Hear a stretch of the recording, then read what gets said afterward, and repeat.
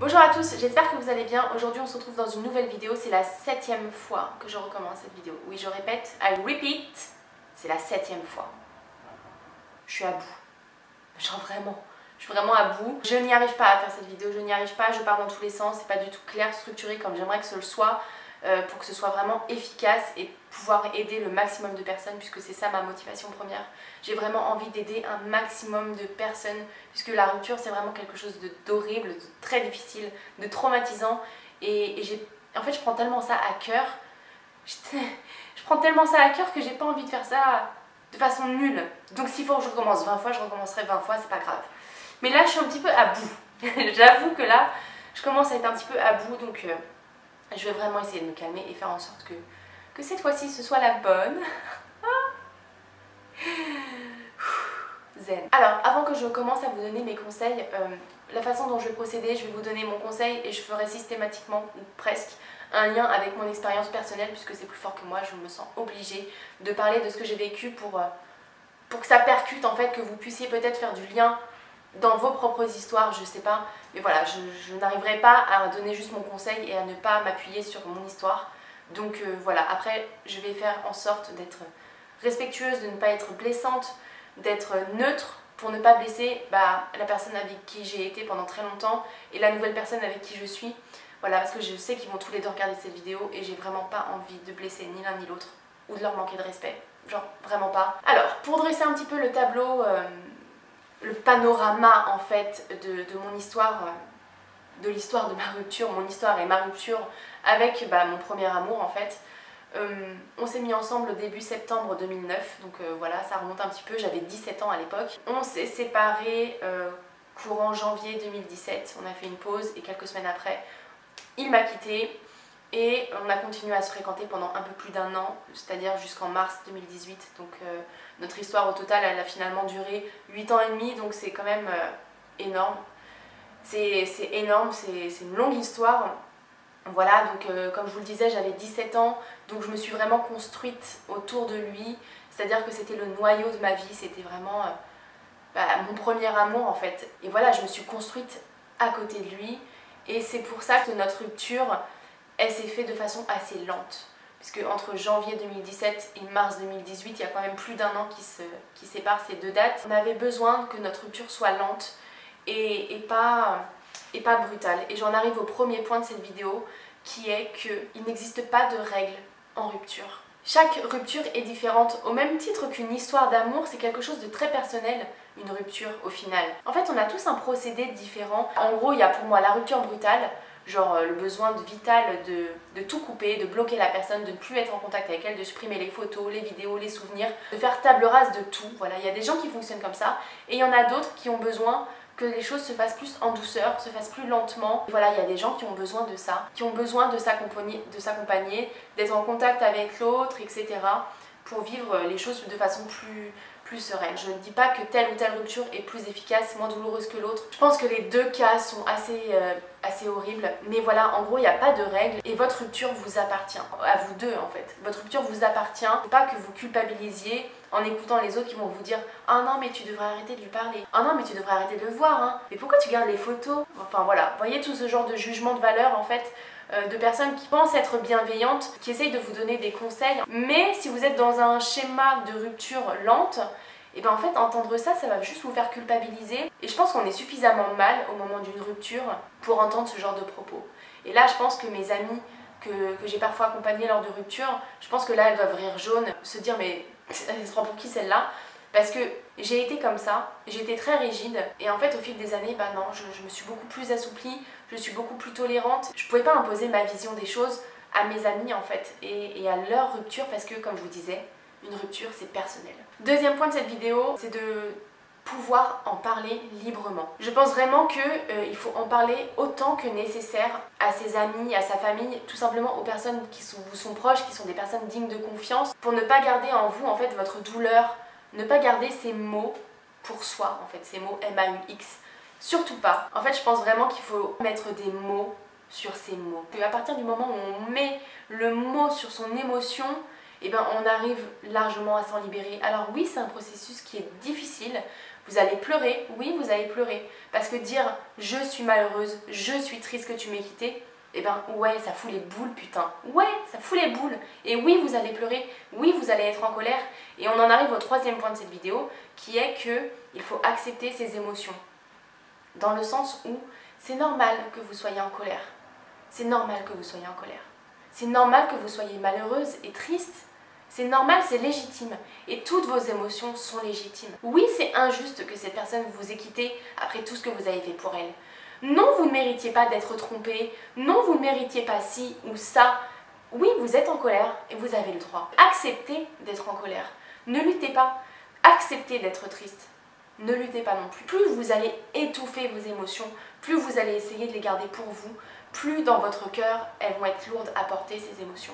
C'est comme si vous aviez un grain de sable, la tristesse, et au fil du temps, il va grossir, grossir, grossir, et ça va devenir un rocher, un poids, mais genre conséquent, et quand ça va tomber sur vos pieds, putain, ça va faire encore plus mal, quoi. Une émotion, c'est quelque chose de passager. C'est quelque chose de passager, ça ne va pas durer. Ça ne va pas durer. Donc laissez la colère vous traverser, laissez la tristesse, la peur, la déception vous traverser. À force, eh ben ça va passer, tout simplement. Ça paraît tellement évident, mais en même temps c'est compliqué à faire. C'est très compliqué, ça prend des mois. Il y a des gens ça prend des années, il y a des gens ça prend toute leur vie. Vous voulez faire comment? Décidez dans quel camp vous êtes. Est-ce que vous voulez tout garder pour vous et puis que ça dure toute votre vie? Ou est-ce que vous voulez avancer? Et je pense qu'on a tous envie d'avancer en fait. Quatrième point de cette vidéo, c'est prendre du temps pour soi. Parce que lorsqu'on est en couple avec quelqu'un, on donne de son temps. Concrètement, on donne de son temps, on donne de son énergie. Et quand la personne s'en va, vous vous dites « Mais qu'est-ce que je vais faire maintenant ? Qu'est-ce que je vais devenir ?» Mais je vais vous dire ce que vous allez devenir. C'est très simple. Je vais vous dire ce que vous allez devenir. Vous allez devenir une meilleure personne. Vous allez devenir la meilleure version de vous-même. Vous allez devenir la version de vous genre 2.0 quoi. Des tueuses. Vous allez devenir des tueuses. Quelle que soit l'épreuve que vous êtes en train de vivre à cause de la personne, que ce soit une rupture positive, dans le sens où on se quitte d'un commun accord, ou une rupture violente, il m'a quitté, il m'a trompé, il m'a fait ci, genre on est très en colère, etc. Moi c'est pas mon cas. Hein. Si vous êtes comme ça, eh ben ça va juste vous rendre plus combative, ça va vous rendre plus cadrée, plus cadrante. Et voilà, vous allez devenir une meilleure version de vous-même en fait, tout simplement. Là vous êtes par terre en train de pleurer, mais dans quelques semaines, dans quelques mois, vous allez être une personne tellement plus forte parce que vous aurez réussi à vous relever de ça. Et ça, respect, respect, respect, vraiment. Bref, j'en reviens à mon idée de départ parce que là j'ai fait une petite digression. En gros, j'en venais à l'idée du temps. Quand on est avec quelqu'un, on donne de son temps et quand la personne s'en va, eh ben, on est face à tout ce temps qu'on occupait avec cette personne et donc du coup ça renforce ce sentiment de solitude. Mais meuf, t'es pas seule, t'es pas seule, tu es avec toi-même. Sois avec toi-même. Ce temps-là que tu dédiais à l'autre là qui t'a quitté, reprends-le, accapare-le, prends-le et fais-en quelque chose de putain de trop cool quoi. Enfin je sais pas, ça veut rien dire ce que je viens de dire, mais fais-en un truc cool, fais-en un truc cool. Mais reprends ce temps pour toi, pour toi. Il n'y a que toi qui compte en fait, là, à cet instant. Fais toutes ces choses que tu t'es empêché de faire pour la personne. C'est-à-dire, reprends un bon bouquin, revois tes amis que tu as laissés de côté pour la personne, remets-toi à écrire, remets-toi au sport. Enfin, fais toutes ces activités que tu as peut-être un peu trop laissées de côté pour ton histoire d'amour. Réempare-toi de toutes ces choses que tu as laissées. La solitude, petit à petit, elle va s'estomper et tu vas te ressentir comblé par d'autres choses que cet individu. Est-ce que c'est clair ce que je suis en train de dire? Ah, j'espère. J'en arrive donc au cinquième point. Je crois que c'est le cinquième. Je les ai pas numérotés. Mais je crois que c'est le cinquième point. C'est un petit peu en lien avec le point précédent. Pour moi, l'important dans une rupture, c'est de se dépasser.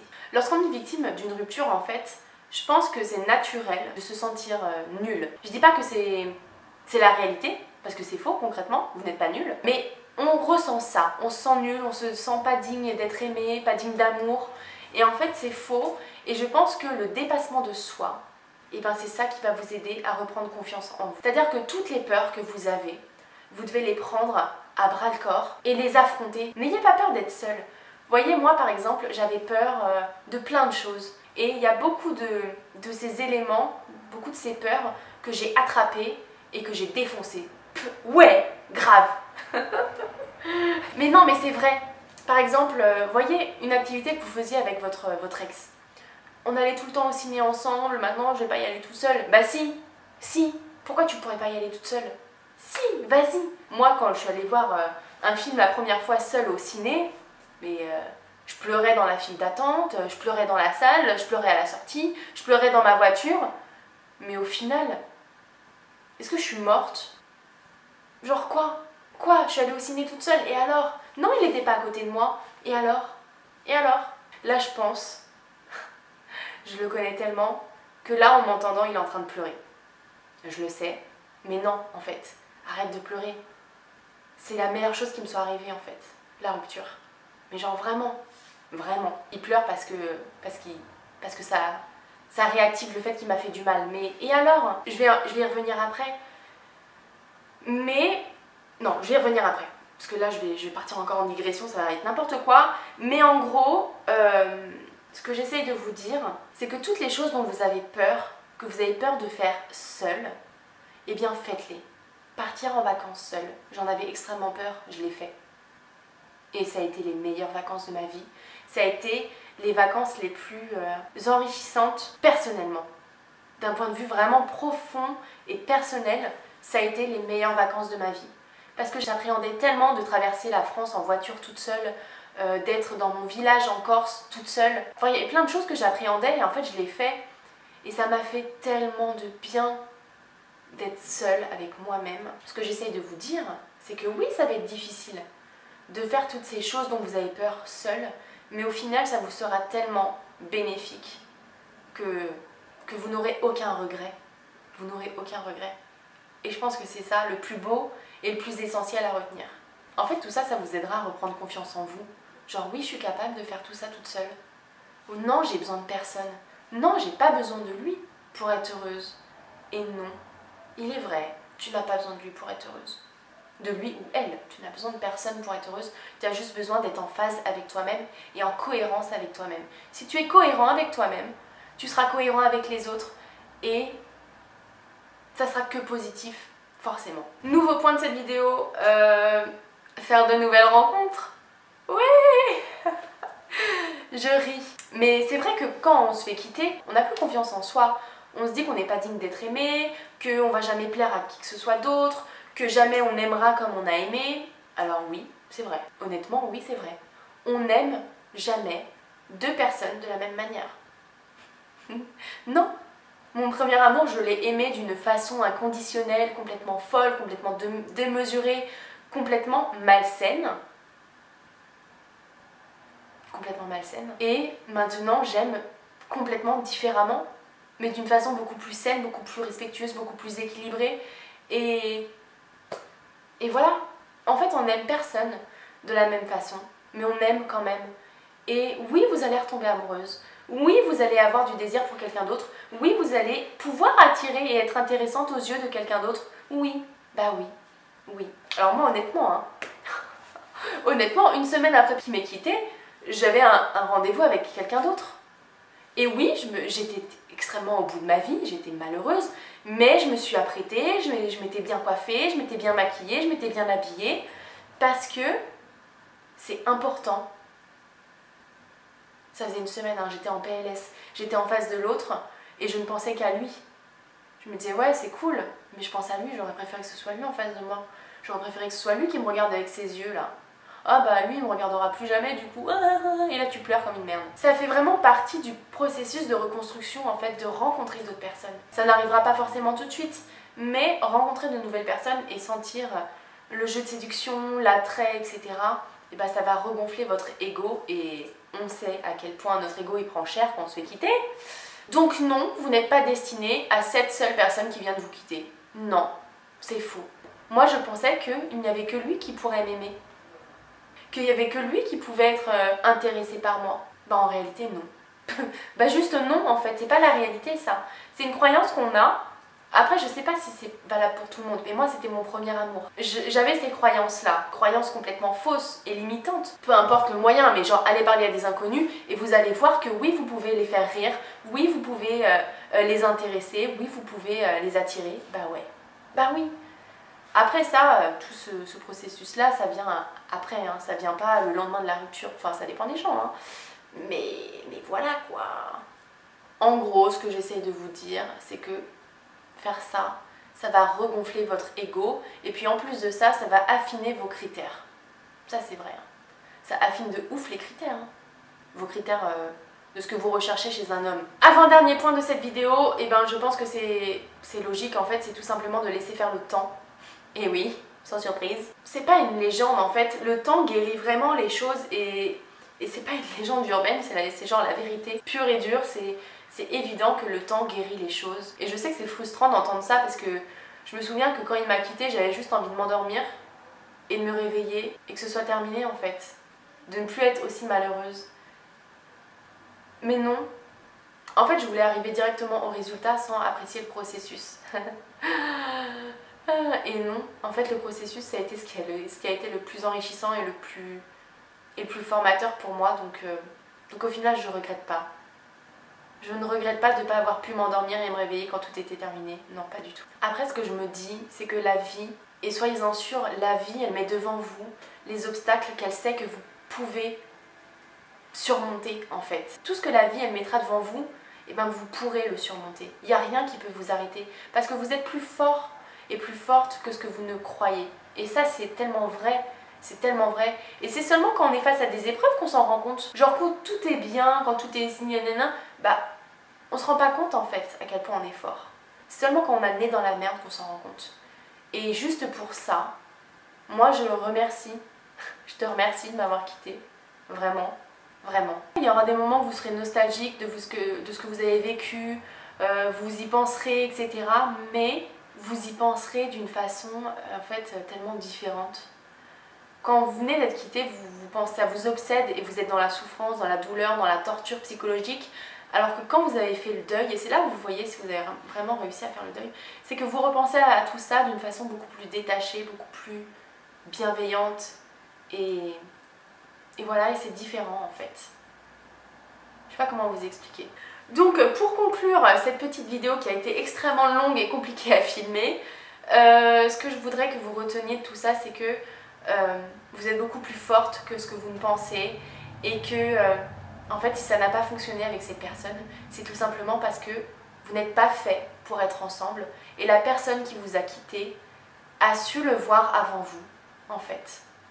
Cette personne a su voir avant vous que vous n'étiez pas fait pour être ensemble. Parce que certainement vous n'aviez pas la même vision des choses, les mêmes valeurs, les mêmes envies, les mêmes projets de vie. Voilà, vous n'étiez pas en concordance et ça il faut l'accepter. Et ouais, c'est difficile.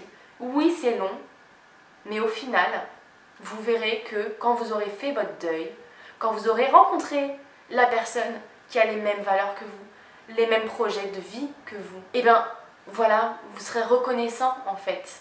Parce que votre processus de rupture aura participé à vous construire tel que vous êtes maintenant. Et vous verrez qu'au final, vous serez reconnaissant envers la personne qui vous a fait tant souffrir juste avant. Moi honnêtement, je lui en suis reconnaissante. Comme je disais tout à l'heure, je le remercie de m'avoir quittée. Alors ouais, ça a été très dur, hein. Ça a été très violent, tout ce que vous voulez. Mais au final, ça m'a apporté tellement de positif. Aujourd'hui, je suis tellement plus forte, plus indépendante, plus libre, plus robuste au choc. Franchement, je suis heureuse d'être qui je suis maintenant. Pas à 100%, pas à 100%, parce qu'on ne cesse jamais de progresser, etc. Mais je suis tellement heureuse d'être qui je suis là maintenant, que en fait, merci d'avoir rendu ça possible en me quittant, en fait. Dernière chose que je voudrais vous dire avant de couper cette caméra, une fois pour toutes, ça serait plus un conseil pour vos prochaines relations, en fait. Ça serait de dresser une liste de critères de ce que vous êtes, en fait. Qui êtes-vous? Qui êtes-vous? Quelles sont vos valeurs? Quelles sont vos priorités dans la vie? Quels sont vos objectifs de vie? Quels sont les défauts rédhibitoires que vous ne pourrez pas accepter chez quelqu'un? Moi par exemple, maintenant je ne pourrais pas être avec quelqu'un qui n'a pas d'ambition. Voilà. Dressez une liste de critères, de choses qui sont essentielles pour vous. Et si quelqu'un entre dans votre vie et a des valeurs différentes, des objectifs de vie différents, non, vous ne pourrez pas changer cette personne. Et non, certainement pas, vous n'allez pas changer pour cette personne. C'est-à-dire que si votre objectif de vie c'est fonder une famille et que vous rencontrez quelqu'un qui n'en veut pas, non, vous n'allez pas revoir ce critère à la baisse. Non, on ne se met pas au rabais. On a des exigences, on s'y maintient. Et si la personne n'y colle pas, elle ne reste pas dans votre vie. C'est à peu près tout ce que je voulais vous dire sur le thème de la rupture et comment s'en remettre. Voilà, ce sont des clés que j'ai essayé de vous donner, que j'ai lancées un petit peu peut-être n'importe comment. J'espère que vous aurez réussi à vous emparer de ce que j'ai essayé de vous donner de la façon la plus sincère et la plus transparente, la plus honnête possible. Si vous avez des questions, envie de me partager votre expérience, si vous avez envie de réagir à des choses que j'ai dites, n'hésitez pas à le faire en commentaire, ça me fait extrêmement plaisir d'avoir vos retours. Et voilà. Je vous fais plein de bisous et puis je vous dis à très bientôt dans une prochaine vidéo.